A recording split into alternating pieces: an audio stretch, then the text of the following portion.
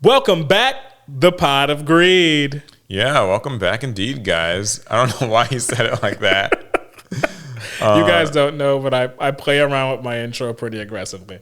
Yeah, welcome back indeed, guys. It's been another week, and there's a lot to chat about this week. We're going to be talking a handful of different Pokemon stories that you probably have caught wind of. Didn't even know there was this much competitive Pokemon being played in the world. Yeah, and also the Crunchyroll Anime Awards are happening, and so the nominees have been revealed, and I figured it would be fun for us to go through those. And fair warning, we've only watched maybe half the anime that are nominated for these awards. I think in total we've actually watched more than half.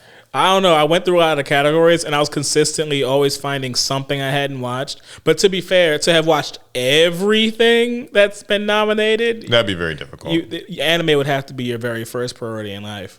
We're also going to talk a little bit about Steam and whether or not it's going to tell you how well your games do on PC. We're going to talk about Valve defending loot boxes. And we're going to talk about a favorite website of what some consider kind of the golden age of the internet, DeviantArt. But before we get to that, make sure that you like, you comment, you subscribe. If you're on mobile, hype the video up. Yes, would very much appreciate a hype. It goes a long way. You can also check out our second channel, our Clips channel. It's called APS Pod Clips. We'll have a link in the description if you want to just consume the podcast in doses, or just broken up by story, then you can do it there. And leave a review wherever you consume the one and only podcast on the internet.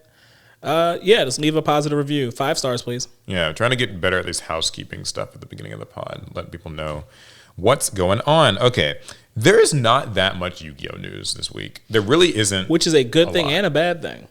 Oh, okay. What do you mean by that? So, it's a good thing in that we don't have anything new to complain about, right?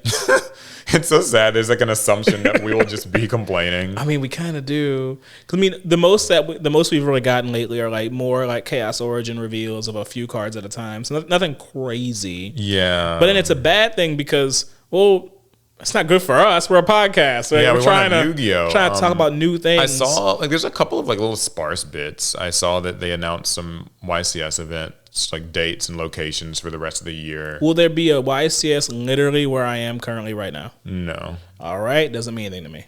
No, but we are going to be going to a YCS coming up pretty soon. Yes, allegedly we are going to YCS Columbus, Ohio. Yeah, Columbus in May, so that'll be cool if anyone's there. Please come say hi. We would appreciate it. That's not Mother's Day weekend, right? No. Okay, good. No, it's definitely after that. So yeah, all in all, there isn't a lot of Yu-Gi-Oh, but we have been working on some Yu-Gi-Oh videos and building some decks. So maybe we could just kind of quickly catch the people up. Yeah, you guys might not know this, but I actually am a Yu-Gi-Oh player, and it may not seem that way. I don't have the credentials as of late to back that, but. Paul's been really into his regional grinds, and it kind of inspired me. Well, I want to play Yu-Gi-Oh again too, but the advanced format, at least ever since the tournament format, it's been really hard for me to really dive into advanced format Yu-Gi-Oh. I feel like there's a huge knowledge gap that I don't feel like filling in or overcoming. So I decided to play Genesis format because, that's supposed to be more of a more low power. A more lower power, entry level style of Yu-Gi-Oh. And it as advertised, it should be perfect for a Yu-Gi boomer like me. Okay. So I brought my Pumpkin deck. I got all the core cards, and I was looking up lists online. There are not that many Pumpkin Genesis lists online. Yeah, I think it's kind of convenient that a deck that you like came out this year in time for you to be able to build the deck in Genesis. It works really well in Genesis because it doesn't really use link monsters, at least not naturally within the archetype. Yeah, the archetype doesn't have its own. You can play, the zombies have links, but I'm not going to lie to you guys. I am so sick of linking into Vampire Sucker. Right, yeah. And we've got a YCS coming up, so you can play in the Genesis main event if you want to, or just the side events. It depends on how comfortable I get with the deck. Paul and I, we've been running games.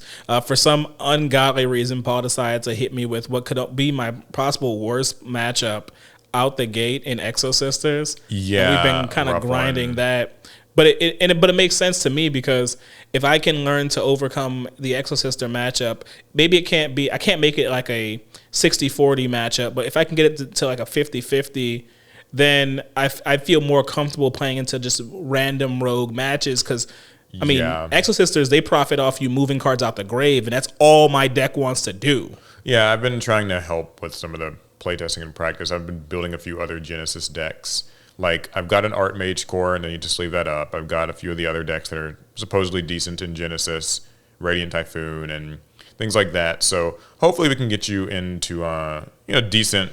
Just get me in a playing shape. You know? Some playing shape. I want to be able to compete. I don't need to win. I just want to compete. Yeah, and I have found that like Genesis, just from the little bit of dabbling I've done in preparation, that Genesis, without having link monsters, there are some decks that find themselves like with monsters laying around in the field without necessarily like the ability to just like, okay, I'm just going to link everything off in main phase 2 or just turn everything into a combo. So you need to actually have a plan of what you want to do with stuff like that. You know, like if you can't necessarily make Xyz and synchros, it can be a little tough. Genesis format kind of it's kind of like repainted advanced format Yu-Gi-Oh for me because without link monsters, I realize how sloppy we play the modern game.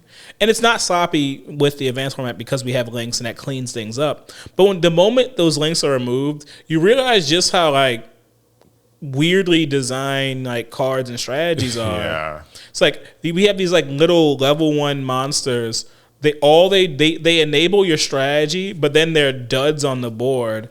And like the archetypes have nothing to do with them sometimes, and so unless you have a link monster to clean that up, it just sits there, which is a huge liability in a format like Genesis, where we will get battle phases. Yeah, some decks work really well because they've got Xyz that they can make and synchros that they can make, and it's like part of the intended design. Other times you'll get these archetypes that are kind of like clearly they were sort of made with links in mind, and they can function without them, but like, not really. So that's been an interesting one to navigate. I mean, there are even cards like Black Metal Dragon, because I was thinking about the Metamorph deck for Genesis. Yeah. And I thought about Black Metal because it's so good in the advanced format, but you can just link it off. You can't do that in Genesis, and when you can't link that bastard off, that doesn't feel like a good card at all. Yeah, it really does change how certain cards work. I've already talked about in the past where, like, I think some of Genesis's failings can come from the fact that, like, it can sort of divorce certain archetypes from their intended design. Mm-hmm. Like, Ryuge is one of those archetypes. Alec plays Ryuge, and it's like they have pendulums and links. Well, no, they don't even really use links. It's just these 2 pendulum monsters in the main deck. But the thing is, those pendulum monsters are like not even used as pendulums. They just happen to be pendulum cards. And so it just puts it in a bad spot because you can't really do anything else with it. For Hire is another one that kind of suffers from that a little bit too.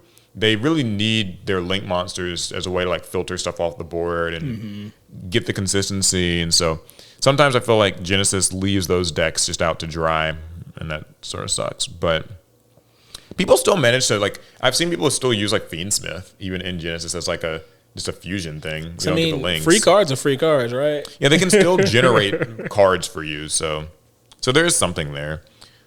There's something else I was going to say about Yu-Gi-Oh! That I have seen in the last week, but I can't think of it. So maybe if it comes to mind, No, we got time. Yeah. Anyway, okay. A lot of Pokemon news happening this week. First of all, Pokemon Champions came out. Literally like yesterday as of the time of us recording this. And if you hadn't said that, I wouldn't have known. Yeah, it's one of those games that really sort of just, I don't want to say it just came out of nowhere. Like they'd said the date that it was coming out, but it was only a few weeks ago they even said that date. So I knew it was coming out, but I guess because I wasn't really like excited for it, I didn't pay all that much attention. And that's not saying that Pokemon Champions is bad or anything. It's just, I don't know how like into just kind of Pokemon battling I am. Yeah, so the headline that we're going with is a Kotaku article. I know, sue me. Pokemon fans revolt as Champions launches with bugs, limitations, and false advertising? Wait, are we sure they're revolting? Because I saw one Facebook post today about Pokemon Champions, and it was a guy who had just won his first battle, and he was kind of popping off. So you know how these articles go, right? Like people on the internet are angry, but also people who are enjoying things tend to not actually go online and say, I'm just enjoying this thing. They just play the thing and enjoy it. But that's what he did. He posted that he was enjoying it and he won his first game. I think the better way to frame this would probably just be that it's had mixed reception. I think some people have liked it, some people have not. But here's what they say. By the way, I am planning on trying it out later tonight or maybe tomorrow. I'm going to download it. I will try it as well. Wait, is Tyranitar in it? I think so, yeah. Okay, cool. Pokemon Champions came to Switch last night and is supposed to be the future of competitive Pokemon, but with less than 12 hours on the clock, a lot of the community is already calling the game a failed experiment. After spending a bit of time with the game myself, I'm kind of astounded by the limitations it puts on what has typically been a pretty expressive competitive game and how cumbersome it is to actually build teams to use online. So they start with some of the issues like the fact that apparently there's only 186 Pokemon in the game. Only 186? Well, you know how Pokemon fans get with that, though. Like Dexit or whatever. Do you remember Dexit? No. You do. You just don't think you do. When Pokemon Sword and Shield were first announced, and there was like the news that they weren't going to bring back all 800 Pokemon or whatever at the time, people were saying Game Freak was lazy, that they were cheaping out, that, you know, all these things. So, yeah, people are very angry that there's only 186 Pokemon in the game from the start across all 9 generations. If you can't find a team of 6 for 186, I don't know what to say to you. There are also some held items that are not in the game right now. Like the choice items I've heard, like choice specs, choice scarf, I think those aren't involved in it. The Rocky helmet and like certain items like that aren't in the game. So there's that. Right off the bat, I want to say, I think that people are forgetting, because there are also bugs. Like some people have had their games freeze and like progress be halted, like the game entirely like just like break and you have to like reload it and maybe even restart your account or something. There's not a 6v6 mode, and that's something that actually does seem like a strange omission. Wait. So how are you? It's like 3v3? Like 3v3 or 4v4 for doubles.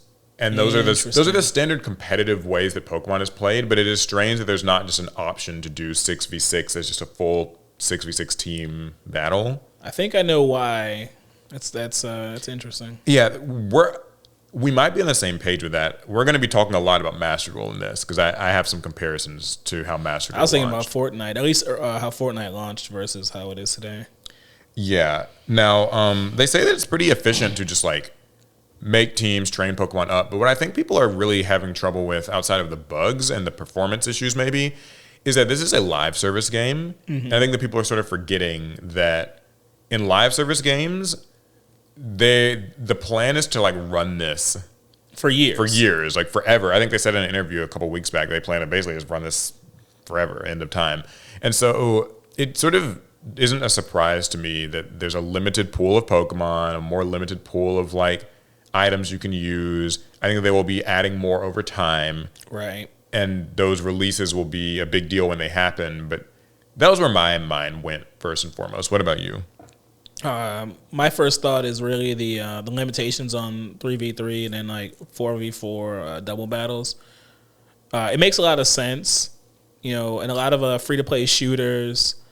You know, there are some games that give you like every option in the world to like how you want to play. You can play it in solos, duos, trios, like squads of 4, you know, free-for-alls. But in a lot of more popular like freemium shooter games, they tend to be really limited on the type of matchmaking you can do so that they can keep their queue times down.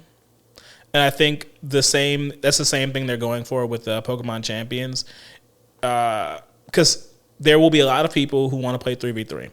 There'll be a lot of people who want to play doubles. But if you offer 6v6, now you're adding another further fracturing. Like times are going to increase, and if one mode becomes more popular than another, that means one queue can kind of just become a no man's zone. My thought of it too was just that 3v3 for singles, 4v4 for doubles are the standard competitive formats that have been established in like VGC for years and years and years. So it's not a surprise that those are kind of the default. It's strange that 6v6 isn't an option at all, like not even for like private matches just with friends. That seems like it'd be pretty easy enough to do there.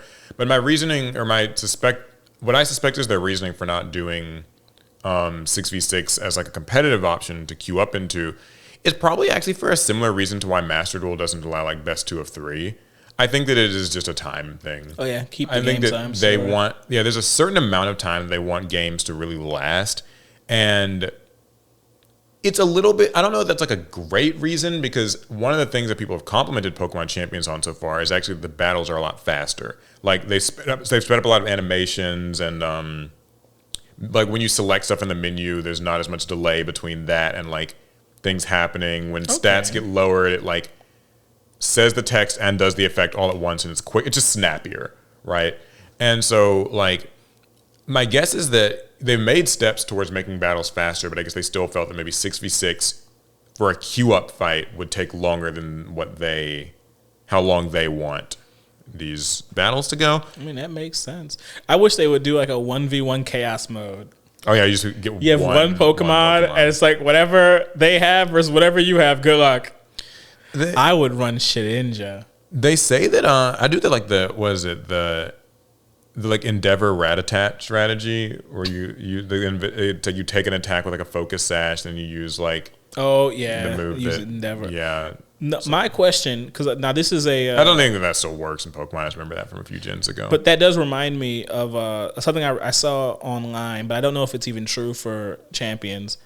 That you can't use like pre-evolved forms in Champions, that you can only use final. They only have final forms so far. Which that actually probably is a big reason why the roster is so small. Like the majority of Pokemon's roster would be not fully evolved Mons. So I mean that makes a lot of sense. But because I've played a little bit of Pokemon, not competitively, mind you, but whenever someone was using a pre-evolved Pokemon, there was usually some degenerate strategy that they were utilizing, because a pre-evolved Pokemon has a lower stat total, so you should pretty much never use them unless there's something. There's got to be a gimmick there to exploit their low stats in some way. I never did it, except for one time, and that was Prankster Riolu, because he knew Copycat. There's one that I remember where like there's an item, I forget the name of it, where like if you give it to a Pokemon that's not in its final form, it gives it a stat boost. Oh yeah, I forget what the name of that item is, but is that the egg or is it a band? Something, yeah. I don't know. So, I think that people are maybe judging us a little bit harshly in terms of like content and roster at launch, but I think that the bugs are probably a lot less excusable. Because this is still the Pokemon Company International. Like coming off of the positivity, the kind of unexpected positivity that Pokopia got, and just the general fact that like this is still Pokemon, like the budget could have been here if they needed it to be. True. It feels like this game sort of is launching really a lot like how Master Duel did, where it feels like it's like an unfinished beta. Well, I mean, I think the way corporations look at freemium titles is like that. I think it's exactly how they look at them. The whole point of making a freemium game is to get away with investing less money than you would into a main, like, a for sale game. Yeah, I think that what they kind of benefit from here is the fact that like they can fix it later. Yep, you just get the skeleton up. You just get the skeleton up. And I hate that. To be clear, that's not like a defense of them doing it, but I do think that's how a lot of companies view these games, is like, well, listen, it's Pokemon, they're going to download it anyway.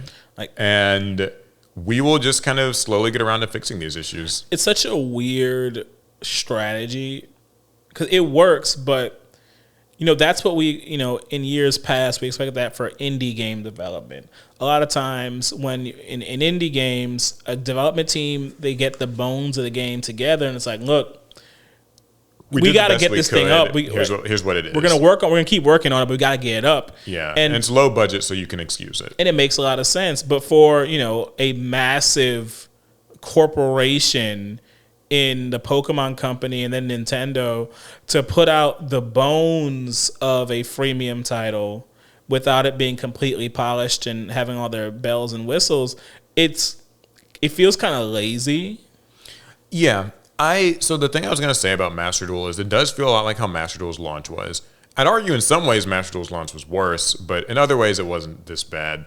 Like, I don't know exactly the nature of all of the glitches. I've seen some of the most atrocious of them, but also most people have said that they've had a pretty functional, workable time with Champions. Mm-hmm. I remember with Master Duel, the impression that I had was that, the game launched out of nowhere. They never actually set a release date for it. I remember this. This is like January 2022. We all remember where we were. The game just kind of came out, And then also, I remember that a lot of the assets in the game, like the mates, were just stock assets. Like there was like a race car, basketball. The really boring stuff. Like kind of just weird generic. I feel like Monopoly pieces. Yeah, just things that were kind of from some stock asset library and they just were like here.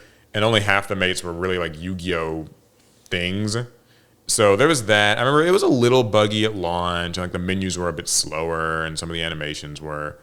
And like a lot of the quality of life features that Master Duel has slowly added over the years were not there at launch. I remember like early on, they didn't do the thing where it highlighted the current effect that a monster's using, the thing where it uses line breaks in card effects now, even just like showing the effect when it's activated, showing up on screen, like so many little things. There's like the check mark when an effect's been used, all this little stuff that like, it reminds you that these are just growing, evolving games over time. It sucks that they don't release with that stuff in place, but we know that like Pokemon Champions 1 year from now will be far and away a different looking, different experience at that point.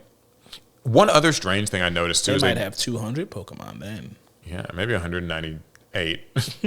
They did not release the Switch 2 version of the game at launch either, which is a little odd. So the way this game is rolled out is it is available on the Switch and the Switch 2. So you can download it on either one, but you will always be getting like the Switch version. And apparently it hasn't really gotten a Switch 2 like upgraded version where like it would run at a faster frame rate and a higher resolution. But Sensei. Yeah, what? Isn't the Switch 2 the device that they want to sell more than the original Switch? Well, yes, but I think that because it's a live service game, I really think that they just kind of figured, who cares? That's the type of... Because, see, that doesn't even... I mean, that's me putting words in their mouth, but I think that's what they were thinking. I don't like it when the decisions they make don't even really line up with the strategy that they've publicized. Yeah. The Switch 2 came out. They want us to buy Switch 2s. That's the next mainline Nintendo console. Then you release a new title. It's supposed to have some hype behind it. You want people to try it, but it's a Switch 1 like game.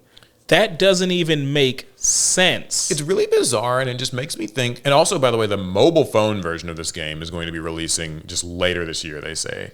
I think they said, like, I've read somewhere August or something. I don't know. It's this summer sometime. But it's really bizarre to me because I think that what I'm really seeing here is that they probably should have just kept this in the oven until it was ready for... I don't know why it's out. Yeah, it should have just been, like, waited for, like, a full formal release on just Switch 1, Switch 2, and mobile phones. And, like, each device, each version already has its, like, technical optimizations done.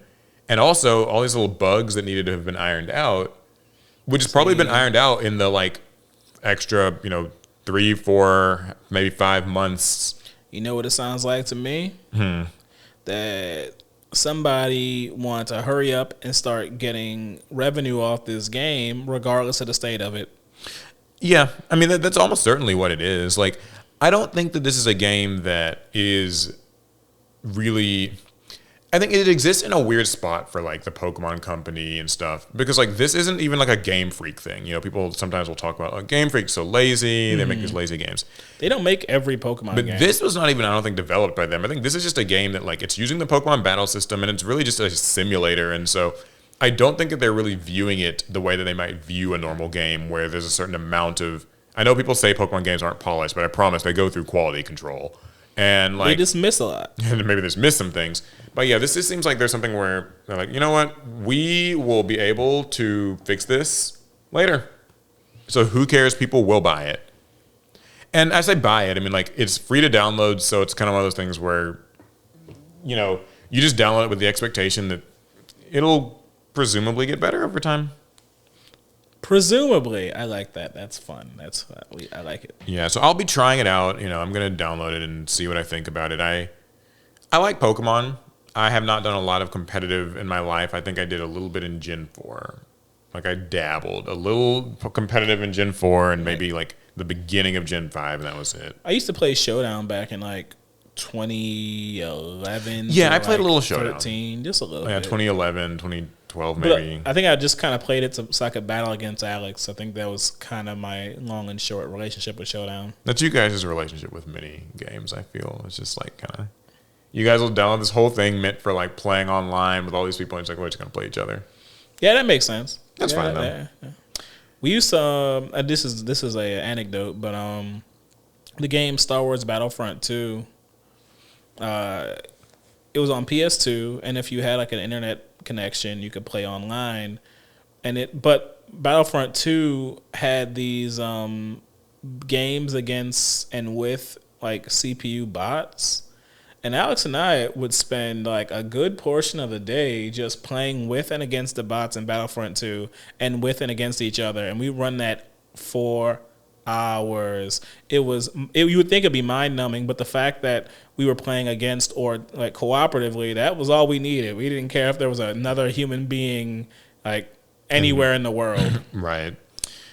Well, Pokemon Go fans are in uproar after the championship player was disqualified for allegedly taking off headphones in a, quote, unsportsmanlike manner. So I was telling you about this a little bit before we started recording, but yeah, the winner of this year's Orlando Regional Championship, named Firestar73, that's his username. He celebrated his win. That was his real name. Firestar, last name 73. That'd be pretty funny. Okay, this is not related to the story. It's a really quick detour.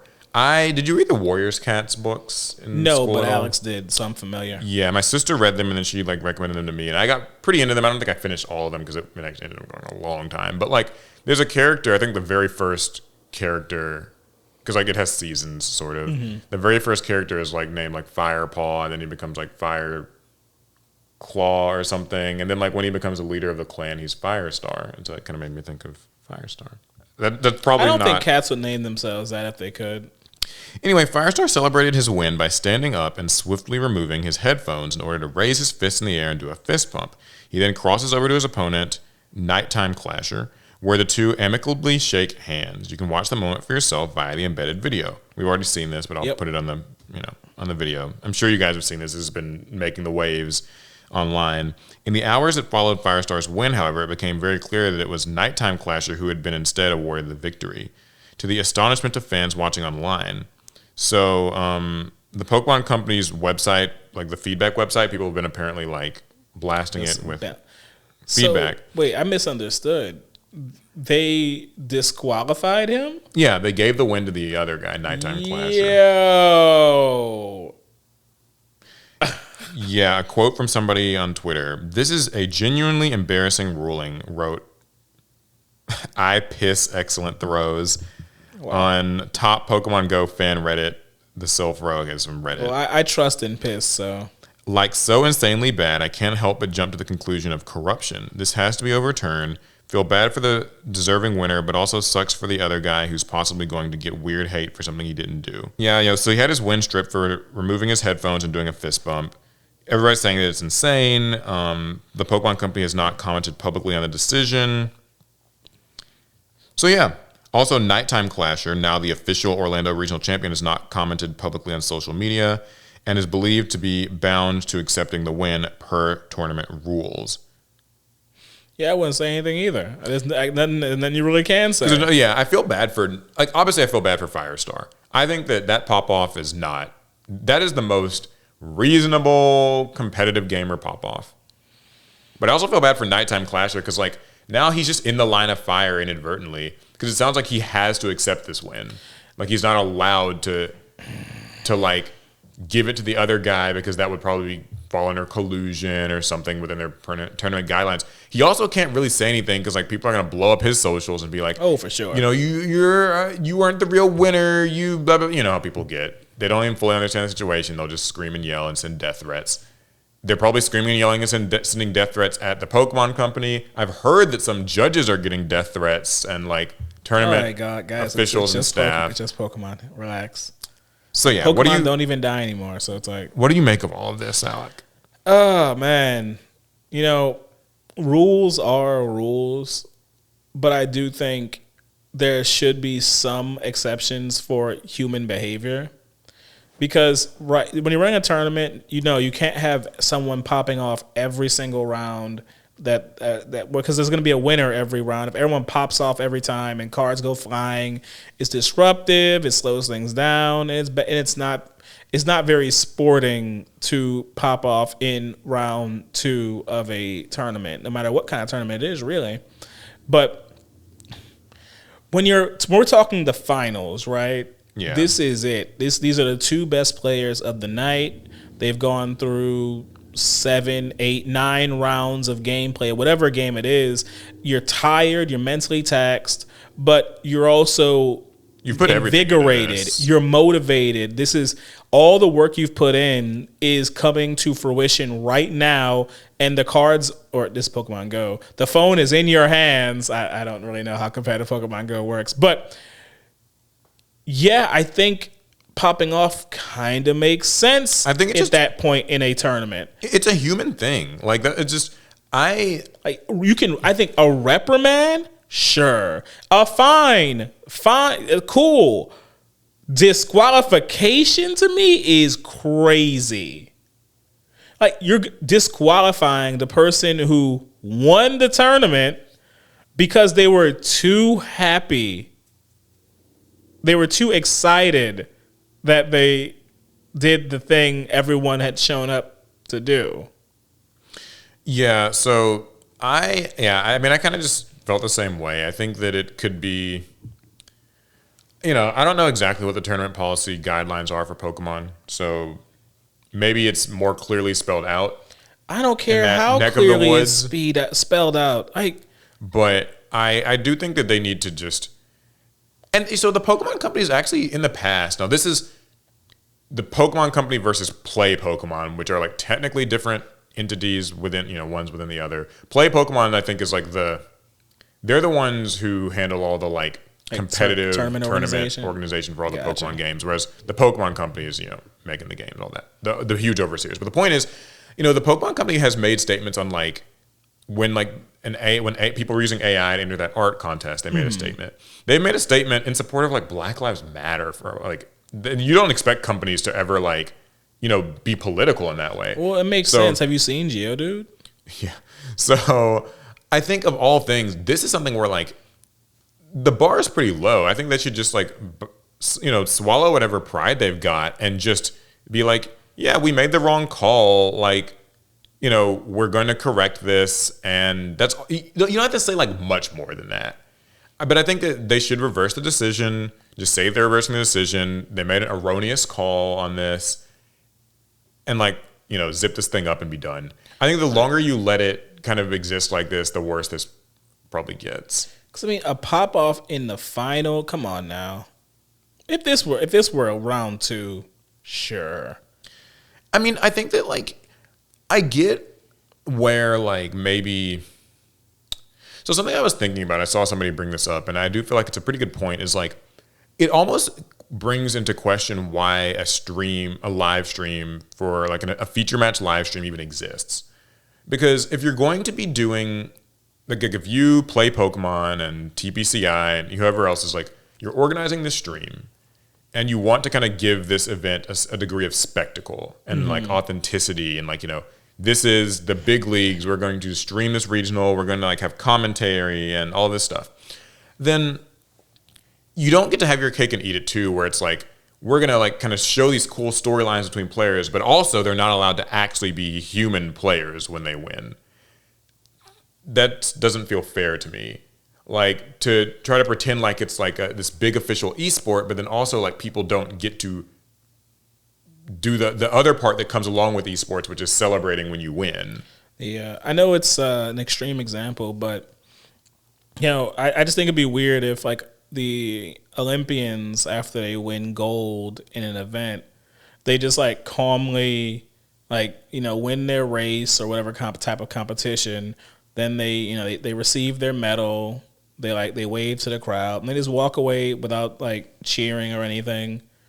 Like the whole point of competition, at least in my opinion, is that moment when it all comes together and you succeed. I think you're supposed to pop off. Like if you're not popping off, maybe you've been there before, so this is kind of mundane for you, but otherwise, I fully expect everyone to pop off. And I saw the video. Even calling that a pop off is a little. Yeah, it was a pretty respectful. It was far within. Like, okay, if you follow Super Smash Bros, for instance, there's players like Hungrybox who are known for like insane pop offs, slamming chairs, going crying on stage. Like pop offs that you might actually veer into the territory of like, this is a bit. Yeah, this is a little much. A bit much. You need to chill out. Like this could even be dangerous in some cases. This is like, I mean, I don't even think he didn't even slam the headset. He kind of just like put it down pretty hard-ish and stood up and like kind of did a fist bump, and then he respectfully shook his opponent's hand, and his opponent shook his hand back, and like it's I mean, maybe his fist pump was too aggressive. I mean, that hand moved kind of fast. Like maybe someone got intimidated, like, oh, he's gonna hit me. I don't know. No, I know there was another situation, and it's not getting as much attention, about like a guy who in the Pokemon TCG Championship at something else that same weekend, he like slammed his headphones down because he drew a card that like was going to win him the game, and he hadn't played out the game yet, and I think he maybe got into some trouble for that. I don't have the full details on that one because that one's more like kind of secondary to the Firestar situation, right? Because the Firestar situation seems like somebody has legitimately been like deprived. I feel like he got wronged. Whereas like in the other one, I don't know how that goes, and that looked a little bit worse because like cards got kind of splayed around the table, and so it's a little. And I have a less sympathy when it comes to card gamers not completing the actual game itself, because I saw the video, he drew the card and he popped off immediately, and it's like, well, you actually never played you didn't win card. You need to finish that. Like, you've made a mess of the table. In any other circumstances, like, you can't do that in card gaming. Like, yeah, like shit. Can like you imagine that happening in a Yu-Gi-Oh tournament? It's just so funny. We've played so much Yu-Gi-Oh. It's funny when I see these stories from other card games where like there's a little bit of ambiguity to something. Like you'll see these stories in Magic where people sort of be like, this is quick tangent. In Magic, there's actually like a huge divide between like whether or not you should politic in Commander, or more specifically, like whether or not lying is okay in Commander. Lying and negotiating. Should you be allowed to just straight up lie if you ask me something and I just lie to you or whatever? And it's funny because like, I guess coming from a Yu-Gi-Oh background, all this ambiguity, none of that exists in Yu-Gi-Oh. Yu-Gi-Oh is such a like stick in the ass, hard edge, like just straight edged game. Like you have to be so specific with every little thing in Yu-Gi-Oh. Like what you say, what you don't say, what you're not allowed to answer, where you place the cards on the mat, like game state acceptance and all these things, like no note taking. Like it's so rigid and so airtight that like it's almost baffling to me that people can play games that even have like any ambiguity to them at all. I don't say that as in that they were bad games. It's just like, for me personally, it's weird to even hear a debate around, you should be able to lie or you shouldn't be able to. I'm like, in Yu-Gi-Oh, there's certainly not. Like, if you say anything wrong about misrepresenting a game, say you're just procedural error. Because, I mean, like, get out of here. You can look at, in that video, you can rule that as he purposefully messed up the game state and interfered with his and his opponent's cards. Yeah, you damaged like that's a disqualification. Yeah, Konami, you're getting walked back behind the judges' curtain if it's like a YCS. Like they might be signing the papers to just ban you. Like if you damage someone's, like, this isn't like, me turning it into like a card game versus card game thing, like what's better or worse. I'm just surprised that that's even a conversation. 'Cause it's weird. I feel like when a Yu-Gi-Oh player who makes it to the end of a tournament, you're not going to see that. You're not going to get that. Yu-Gi-Oh players finish games. Yeah, you absolutely finish stuff. Like, yeah. I think there's so much stress involved, and there's got to be a lot of stress in Pokemon too.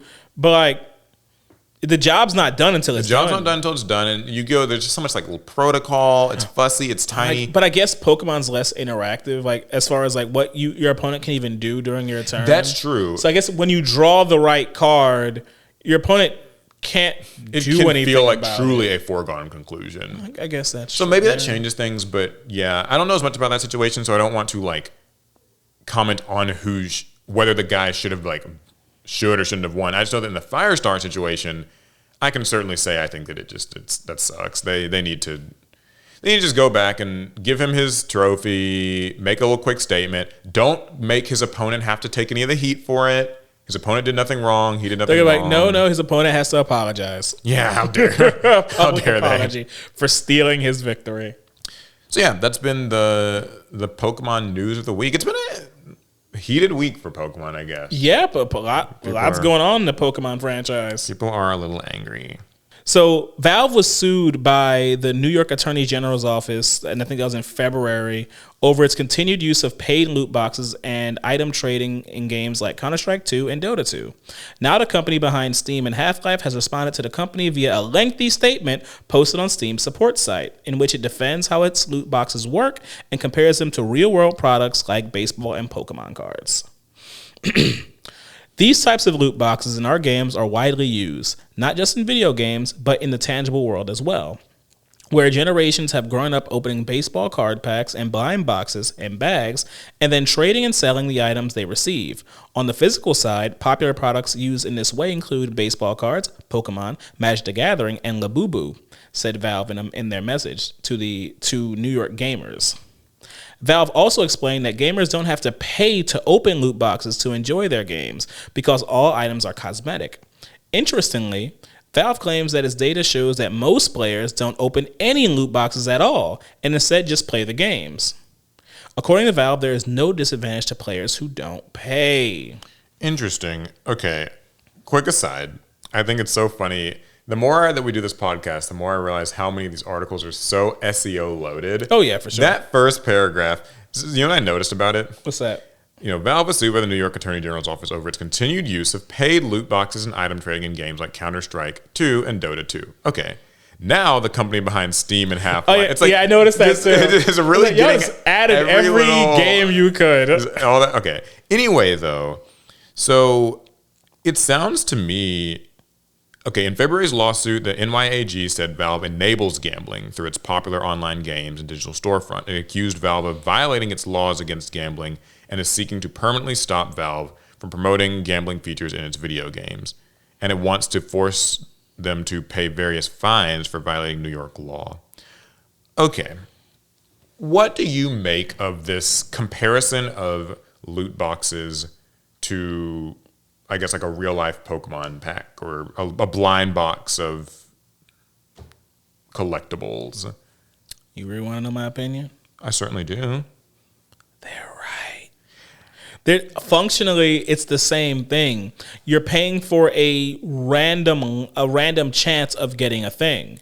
And just because you want a particular item that could be within the loot box or card pack, doesn't mean you get it and you can't pay directly to have it. Yeah, I kind of thought the same thing. Like, this sounds like one of those stories where it's very easy to say, big gaming company is selling you loot boxes and microtransactions and milking the consumer. And that's not untrue, right? Mm-hmm. Like, they do want to milk you off of their cosmetic loot boxes. But I get what they're saying, that like it's not really any different than opening a pack of cards. But I have to say, box, so. I gotta tell Valve right now, y'all just shut up, all right? Snitches get stitches. What y'all doing right now is y'all running y'all mouth and y'all trying to get everybody else in trouble.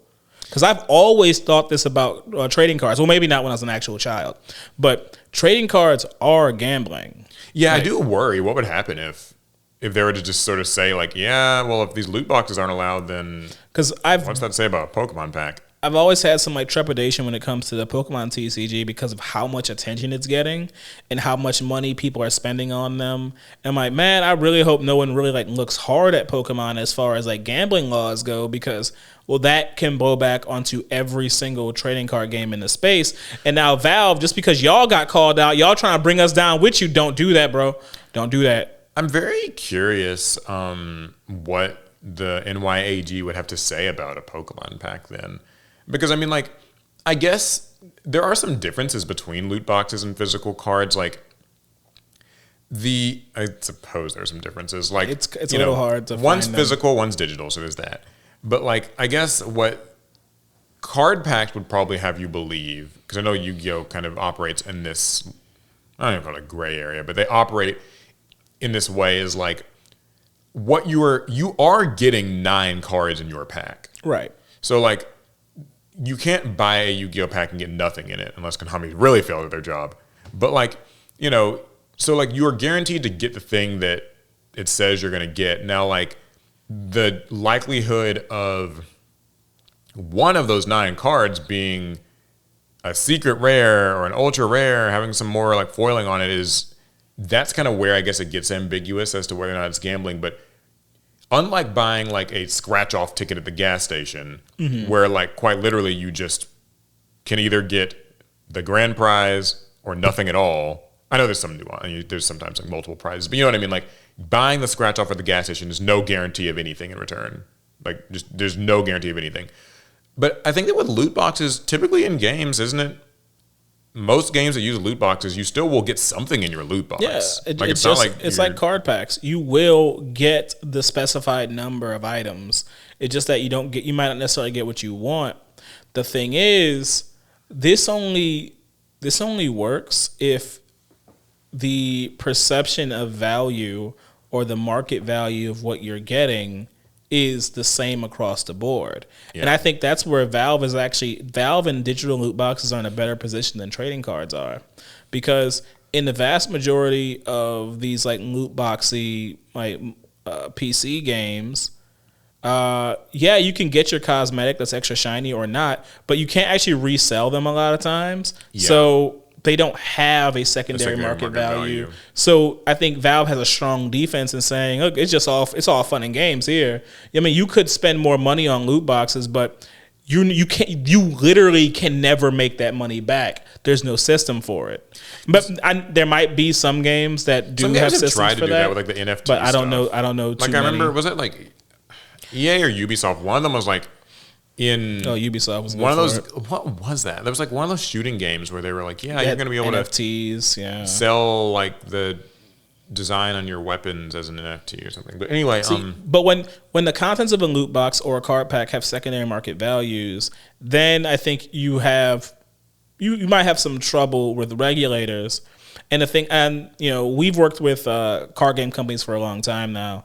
And at least for a long time, especially one company in particular, we were always not told, more so they tried to impress upon us that no one card was worth more than any other in a booster pack, that all cards are equally valuable. You should be happy with whatever you get. But the secondary market in card games kind of went under the radar until, Pokemon kind of went crazy, and now everyone's very aware that trading cards have like real dollar values attached to them. And if someone spends like 15 grand on opening Pokemon packs, it's for the goal of pulling a very expensive and valuable card they can turn around and sell. And you can look at that as gambling. And if someone can gamble with card packs, that means they can have gambling addiction. And the whole reason we have, or not the whole reason, but one of the reasons we have gambling regulations is because of gambling addiction and how people can lose their entire livelihoods behind this. It's weird too, because I don't really think it's weird that I'm like even taking Valve's side, air quotes, not really taking their side. Put your Valve hat on. But more in the case, I just feel like I don't know that there's I guess so they just want them to pay fines, I suppose, and not do it. Like I don't know. I mean, it sounds like they want them to remove the loot boxes and pay fines, which I think is a stretch. Because, Valve isn't the only game company that has loot boxes in it. And so I'm not 100% sure why Valve should have to be the first one to... Yeah, they'll be the martyr. ...bite the bullet on this one. But I really just don't think these gambling regulations apply to Valve's games unless there is a secondary market for these cosmetic items. The thing is, I haven't really played... I played Counter-Strike. I haven't played Dota. And I haven't played Half-Life, but I'm assuming in Half-Life you can't buy loot boxes. I think you probably can buy them in Dota, but I don't know what you would do with them. I'm interested in how this will go. I mean, I guess this case is seemingly still ongoing, so I would like to know where they kind of end up on this. I don't think that it's going to stick, but I don't think so. Oh, this just took me back. Core memory unlocked. Oh, Mom, if you're listening, stop. So when I was a teenager, we got our first like computer labs in schools. This was all happening in like the 2008 to 2011 time, and we were installing games on all the computers in the school. Halo was our go-to, but we wanted to play something more competitive and this with anyone online. So we got into this game, Crossfire, which was like a Chinese ripoff of Counter-Strike. And that was actually my first experience at loot boxes. I didn't know what they were at the time, but boy, did I get into them. Now, I was a teen. I had to have been like 14, 15, somewhere around there. And I found out that you could spin for like rare guns that had cool skins and cool effects, and they were more powerful than the base guns that you had access to in the game. Yeah. And at first, I would just grind those little surveys that you could do to earn premium currency in the game. Oh, yeah. But then that wasn't good enough for me. Yeah, just whip out a wallet. And as a 14-year-old, I didn't really have a whole lot of money. But you know who did? My mom's credit card. And I very shamelessly, I mean, I feel shame now, but at the time I didn't.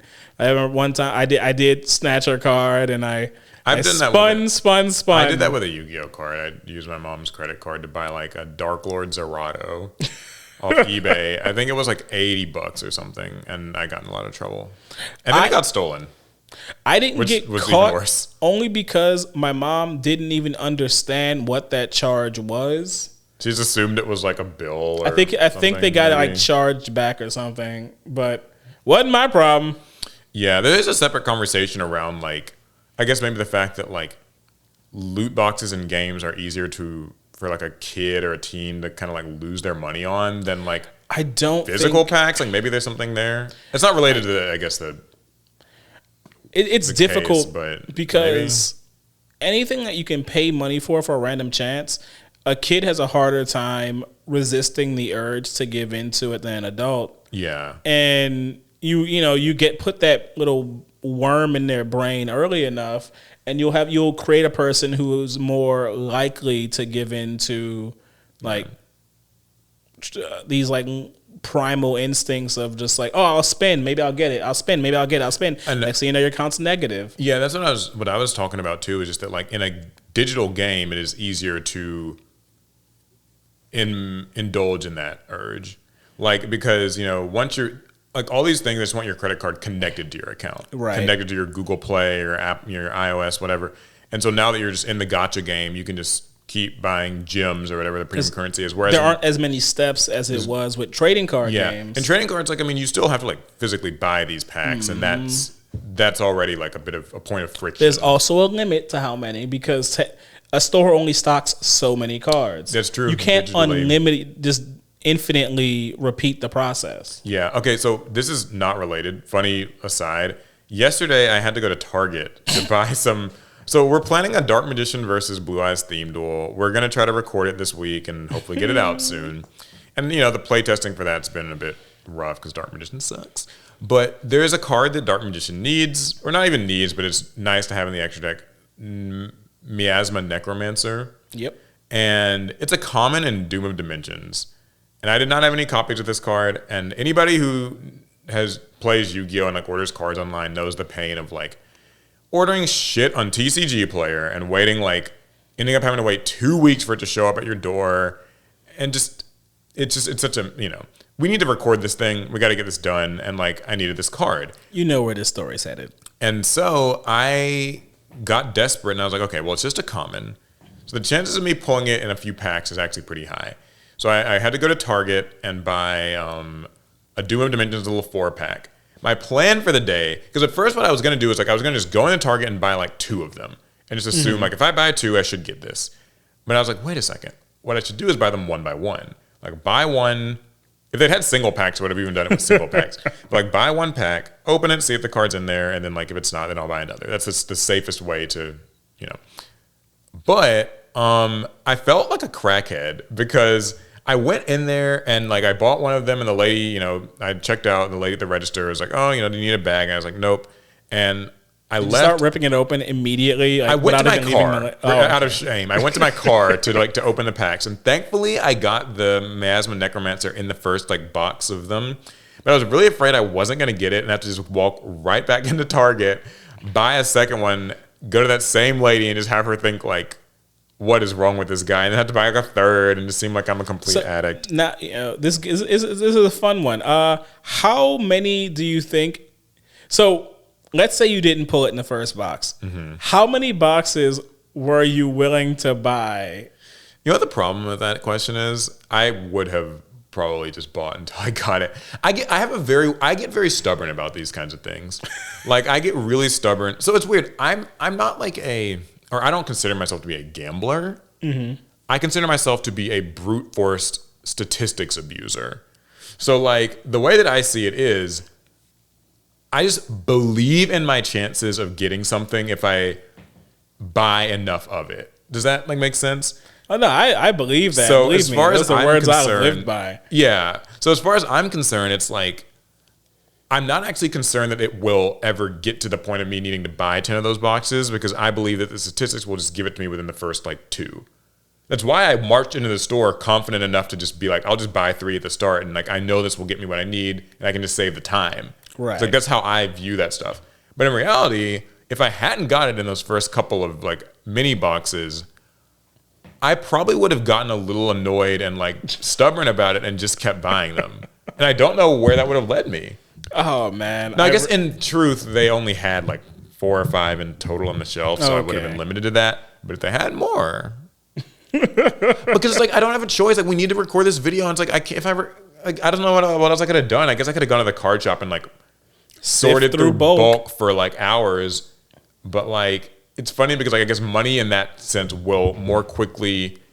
It's almost like it's the core thing of like a Pokemon pack or something. It's like you could probably dig for this common or grind, I guess, in a mobile game for this for enough in-game free premium currency, like the free currency. Yep.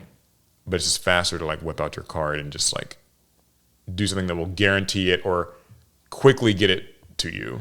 Look, man, as someone who, you know, spent a lot of time with $99 microtransaction packages, I get it. I'm better now, though. Now I'll grind for my free currency before calling on the powers of El Debicardo. Yeah. Anyway, I think there's another story about Steam here, so I guess we can chat about that. What's that? This is one that you brought, so. Oh, yeah. So it looks like Steam will actually be able to use frame rate data. Steam will be able to use frame rate data gathered by... my tongue isn't working. Probably because I'm thirsty. So Steam will soon be able to use frame rate data gathered by its millions of users to estimate how well a game will actually run on your PC. If you didn't know, Valve collects a stupid amount of data on everyone who uses Steam. Yeah. And I mean, maybe they're just selling that off to the highest bidder. I don't know what they've been doing with all that data this whole time. But at least in this one instance, they are going to put that data to good use. Yeah, they say this started about a month ago when a Steam OS beta started collecting performance information. But now a user on Reset Era via PC Gamer has spotted a string in the latest Steam update that would use that data to estimate how well a game will run on your hardware. It does not seem like this performance estimate is visible on any actual game pages quite yet, but Steam wouldn't be the first digital PC game store to give its users this kind of estimate. So I think this actually is this would be a pretty useful feature. Because basically, you know, people play a lot of PC games on Steam. Mm-hmm. And so Valve, Steam, whatever, they've got a lot of data on how well this game runs on potentially millions of PCs. So many configurations. Lots of different configurations, and they can kind of just aggregate all of that data to sort of say, well, okay, Alec, based on what we know your PC's specs to be, and the many players who have similar or even identical builds to what you have, because there's someone out there who does, probably plenty of people who do. Ain't nobody got a build like mine. It's a weird thing to get, like a weird hill to die on. Mine has a Trojan horse, a horse virus, so. Yeah. So I guess they can just sort of say with relative confidence that, yeah, this game is probably going to run like at 57 FPS on your PC. And I think that's actually a pretty useful feature. Objectively, right? If you're a PC gamer, I think you easily can see that there is some use for this, especially since now we're all feeling the pain of PC parts going up. You can't as quickly upgrade your rig as you used to. And so, at least for me, I have some trepidation when I buy a new PC game because I'm like, will this run well? Yeah, how well will this run? I haven't upgraded my specs in a while. Like, if I buy this, I'm gonna have to drop the settings all the way down to the bottom. Like, yeah, I think getting a projected performance sort of metric is a useful thing. Helps me be a more informed buyer. Yeah, that could be true. Like, if you know that a game won't run well, then you just probably wouldn't buy it. They say that what this frame rate estimate would be particularly useful for is for the Steam machine and other Valve hardware. Because assuming the Steam machine sells well, whenever that thing decides to release, sometime, Valve will have thousands of nearly identical hardware configurations to gather performance information from, which will really help to boost the accuracy of its estimates. True. So yeah, it's just a nice little feel-good thing, I guess. Like, I don't see how this feature could really hurt anybody. It's nice to have a news story about gaming in particular that doesn't feel like we're taking your money, we're taking your time, we're taking your data. AI, buggy game, whatever. So. Okay, well, last story from me is around DeviantArt. Do you remember DeviantArt? Oh, speaking of AI. Yeah, speaking of AI. DeviantArt is facing backlash amid major changes. Its mobile app has been discontinued, which is like crazy. Didn't even know they had one. Free downloads are now limited to 10 per week, and users are being pushed towards Core, which is their subscription service that's also required for artists to sell on the platform. So I think before we get into this, when you think of DeviantArt, what comes to mind? Because I feel like DeviantArt was a very formative website for many people, millennials maybe, who were kind of like in those early internet days. So I have to give you two different perspectives. I have to give you the perspective of me from like, let's say 15 years ago and the perspective of me today. 15 years ago, when I think of DeviantArt, I think of like anime, My Little Pony, and superheroes. Because we made regular trips to DeviantArt just to see the cool art that was coming out, and I think at the time I did a lot of Gaia online, and if someone posted art, it was always linked to a DeviantArt page, so a lot of back and forth there. Yeah, it was kind of like it was like its own community. It was a big part of my childhood, I think. I even uploaded my own art to DeviantArt, and then people gave me their opinions and criticisms, and so I deleted it and never drew again. Just to be clear, those people weren't like mean to me or anything. I actually asked people to give me like pointers and advice, and then I took it as poorly as humanly possible because I was a child and deleted it. But but that's what DeviantArt was back then. Now, the Alec of today, 33-year-old Alec, right? Am I 33? Yeah, I'm 33. It's just AI slop. Yeah, so the way I remember DeviantArt is pretty similar to you. I remember it was something that people would always kind of like maybe link their DeviantArt account. I think I associated a lot with like Sonic the Hedgehog, like OCs. That's and that. Whatever you saw the most of. And that's actually, I think, where I found out what like an OC like was. That's where I found out what a furry was. I think that's the case for many people, actually. But like I remember DeviantArt just sort of being like, it was a fan art place. Like I associated with fan art. Now there were people who just drew art, like just kind of original art or whatever. But either way, it felt like a relic of what I think most would agree is a bygone era of the internet, where the internet was more siloed. DeviantArt was where you shared art. Forums are where you talked about specific things, Gaia Online or MySpace or whatever. They were kind of different early social media platforms. Now, the internet is so much more kind of just collected into 5-6 websites, really. You just bounce back and forth between Twitter and whatever else. Yeah. But I think DeviantArt was interesting because it felt so homegrown and community oriented as a communal website, really. And I remember in more recent years, like kind of in the last 10-ish years, I would use DeviantArt a lot for like finding resources for thumbnails. People would sometimes have like upscaled or high res or like background removed versions of Yu-Gi-Oh cards. They take the art and they'd remove the background from it. That was always useful for making a thumbnail. Or like kind of character renders that they pulled from in games and stuff. So it was useful for that. The last time I visited DeviantArt in recent memory, though, complete AI slop fest. So much garbage. It's actually very depressing how truly front and center they have put the AI just sludge pipes.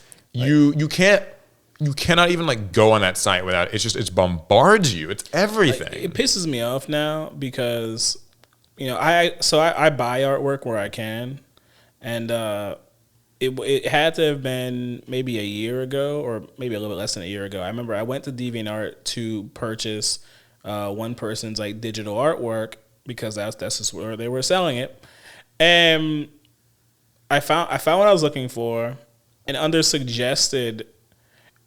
The suggestions underneath were all a bunch of AI slop.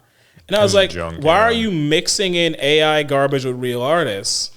And that makes no sense to me. It's so interesting because, it feels like it just goes against, the core conceit of even the word art.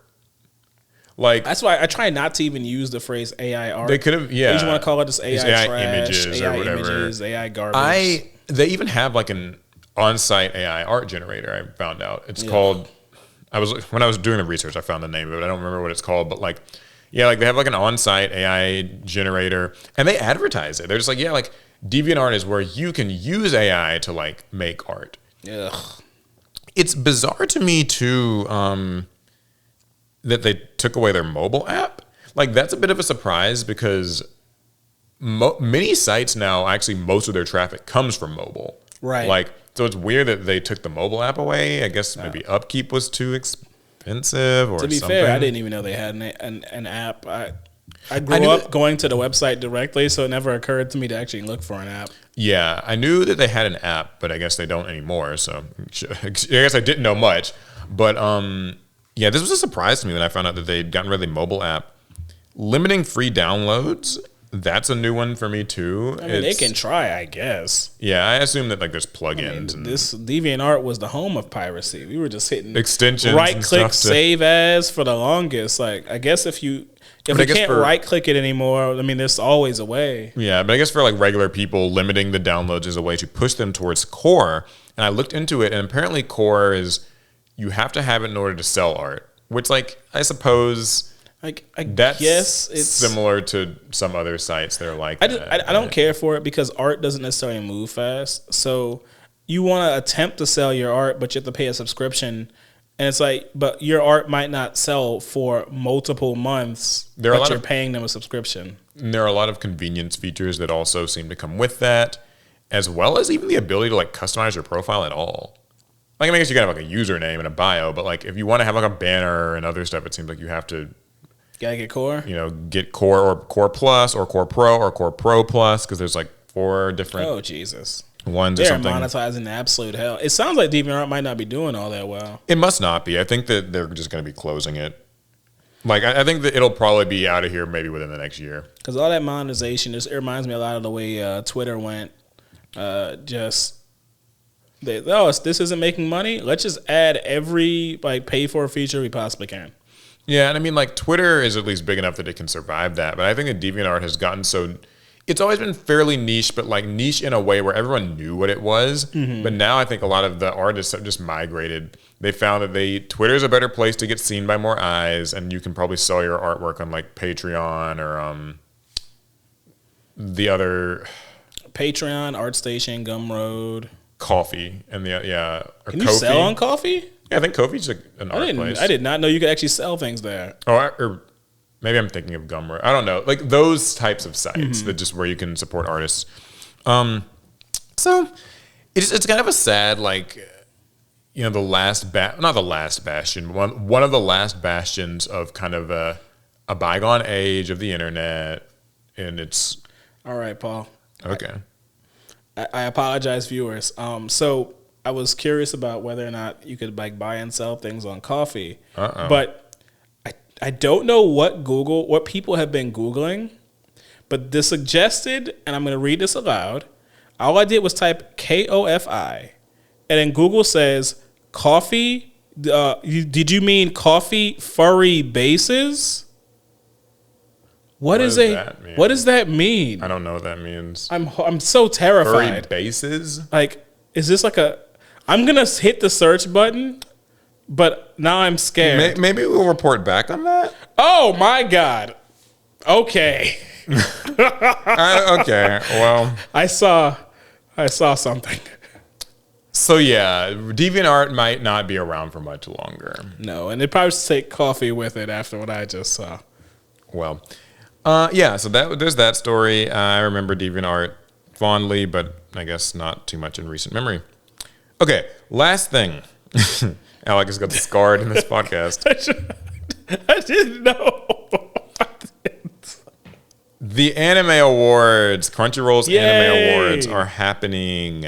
And I figured that since we are pretty big anime fans, this would be a fun one to sort of go through. We are a bunch of weebs. Yeah, we can go through a few of the major categories and the nominees and talk about them, because we've always wanted to have the opportunity to talk a little bit more about the anime that we watch on this podcast, but we never always have the opportunity to. And unlike the Game Awards, I think that we have a little bit more. We watch way more anime. Yeah, we watch a lot of anime. I know sometimes people complain about like us talking about the Game Awards. We're uninformed. I mean, they're right. Like, we don't play most of the games that come out in a given year, but we do watch, I'd say actually at this point, a lot of the anime that come out each year. We do, but we don't necessarily watch all of the best anime every year. So there's like seemingly 24 categories. Yeah. And I don't think we need to go through all of them, but I figured that we can kind of go through things like, anime of the year, best new series, best animation, best romance, stuff like that. And just kind of go through and talk about them a little bit. Yeah, I'm with you. So, I think let's start with this anime of the year. Yeah, let's start with the biggest one first. The nominations. By the way, this is something that you guys can vote on Crunchyroll. Yeah, you guys can follow along. Yeah, you can actually follow along with us, I guess, if you wanted to. But yeah, they're going to be hosting this. I think that the actual show will be, I guess, in end of the month or like in May or something. The anime of the year nominees are Dandadan Season 2. Wait. There's a description. Oh. So anime of the year, it says, these animes set the standards for all other shows in the last year. The compelling stories, beautiful executions, and unforgettable characters weave together elements that create true masterpieces deserving of distinguished recognition.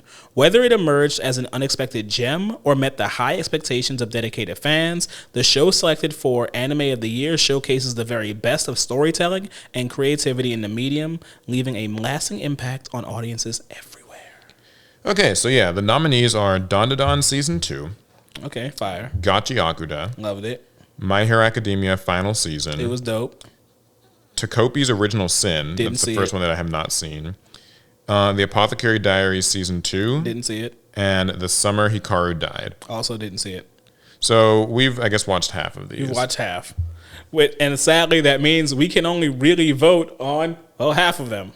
Yeah. So I will say, just fair warning, or not fair warning, but as a bit of a disclaimer, we do watch seasonal anime, and I think we should just agree now, we simply will not comment on something that we have not watched. Yeah. I think that's a fair way of talking about it. With that in mind, we're not going to say this definitely won anime of the year. We're more so going to say, like, this was we watched, this is what my I favorite, liked the yes, most. of those. Yeah. So that way, just know that we're coming at this like in good faith. We're not like, hate watchers. We're also not like, this anime sucks, even though I haven't watched it. Not that type of people. Okay, so Dandadan Season 2, Gachi Akuda, My Hero Academia Final Season. How do you feel about each one?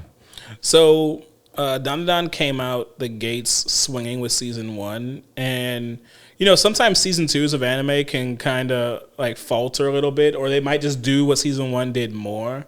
Yeah. I actually feel like Season 2 rose the bar even further, introducing new characters and going even harder on the gags that made Season 1 so enjoyable to me. Yeah, I remember when I think about Season 2, because I don't remember specifically every little thing that happened, but Gigi became a more prominent character and kind of got a whole arc where he's, Oh, spoiler warning. We're gonna be giving spoilers in this, so please stop watching. The manga's well past this point. Y'all fine. Yeah, I mean, you're like an hour and a half into a podcast, so... Yeah, more on Gigi and like when he gets possessed and stuff. There's like the arc with where Okarun and who Momo? Not Momo. Who's the other girl? Was that Ayase? I thought Ayase was. Oh, it was Momo Ayase. The other girl whose name escapes me right now. Like they kind of have a training arc together, and then there's like the kid who wears the Gundam stuff. And the mecha kid. I like him. They fight against the kaiju, and that's kind of the 3 major arcs from season 2. So like, I liked season 2. I thought it was really fun. Season 2 felt like just a continuation of season 1. Excellent animation. I thought the comedy was great. Good OP, really memorable OP. Fire OP. Yeah, I think Don was great. I feel like there's not much I can say about it. I don't have a bad thing to say about it. Gachi Akuta, we also watched this. Gachi Akuta is interesting because when it came out, I don't think there were high expectations for it. I knew I usually judge things by the front cover. I saw the thumbnail. I knew I was going to watch it, but I didn't know I was going to love it. And I didn't know if anyone else would care either. Yeah, what I liked about Gachi Akuta was just that it had a certain flavor to it. Like, I think there's just something about the aesthetic of like, they live in a world of trash. It's very dystopic in that way. But also like the themes of, I think of like just the themes of like graffiti and self-expression were really a big thing. Like everybody kind of has this old tattered object that like they take a lot of care of and it means a lot to them. And so that's kind of what makes because they were called givers and their objects were, what was the name of the objects? That was their, I want to call it a favorite item, but that's from Nikkei. Either way, yeah, you have kind of a favorite item that is stronger if you've taken better care of it and have better feel. So like, I feel like there was a nice message to Gachi Akuta. The Gachi Akuta's kind of design is what sold it for me. I like the very like urban look and feel to their world. I like the character designs, lots of baggy clothes, different hairstyles and types of characters that you wouldn't see in a lot of their anime. It felt like the idea that, we make use of what other people discard. I feel like that was true across the anime. I felt like we saw character designs that other anime don't really use. And a couple memorable fights. The music was fire too. Music was really good. I loved the soundtrack to Gachi. Great characters. I think everybody liked Jabber. He was like kind of a fan favorite. But I think a lot of good characters like Engine. Speaking of Jabber, the dub for Gachi Akuta is fire. They play around with it, and I think they had a lot of liberties. Yeah, Gachi Akuta is a really good one too. My Hero Academia final season. So obviously I'm a little biased here. My Hero Academia is like my favorite anime series, like overall of all time. So I was, happy to see the final season. I think that they did it beautifully. I have personal gripes with like the way My Hero's story kind of played out in its latter half, but I think the anime adaptation of this final season was really well done and like gave everybody kind of the big moments they wanted. So like, I look at this season in a vacuum. I try not to think about my feelings across the My Hero universe and just think about how I felt in the final season. And I think it just really delivered. It's a shonen anime. What do we want? We want like pulse-pounding fights, spectacle, bright lights, flashes, power-ups. Right. We want some tear-jerker moments where it's sad, but we also want to get back to that action. And I felt like the final season really did it. Did it drag? Some of the fights were just a little bit longer than I like. Sometimes it's okay to beat the guy.